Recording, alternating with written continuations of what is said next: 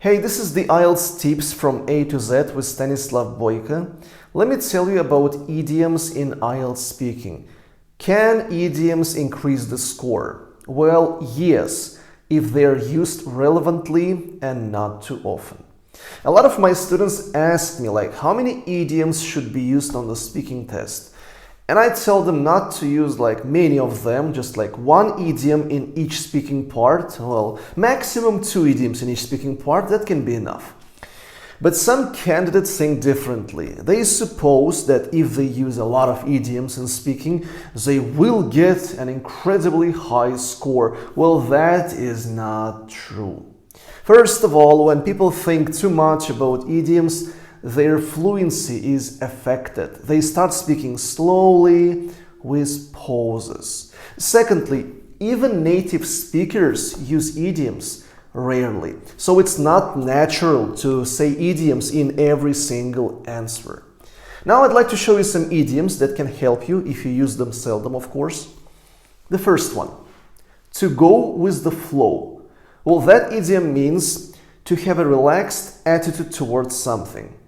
For example, some of my friends in difficult situations don't worry too much, they just go with the flow. Oh, I wish I were like them. That means some of my friends don't panic, don't worry, just they take it easy, they go with the flow. Another idiom, red tape. Oh, that means unnecessary paperwork, documentation, bureaucracy. Now, let me show you the example. A lot of teachers and doctors dislike their profession these days because of excessive red tape. That means instead of teaching, teachers have to work with a lot of documentation, and the same with doctors. They need to do a lot of paperwork. They don't like it. They don't like this red tape. The next one, in a nutshell. Hey, I think you know it, right? So I don't have to give you an example here. In a nutshell, it means in conclusion. But be careful, in a nutshell is an informal idiom, so it's better be used in speaking, not in academic writing. And the same was in conclusion or by way of conclusion.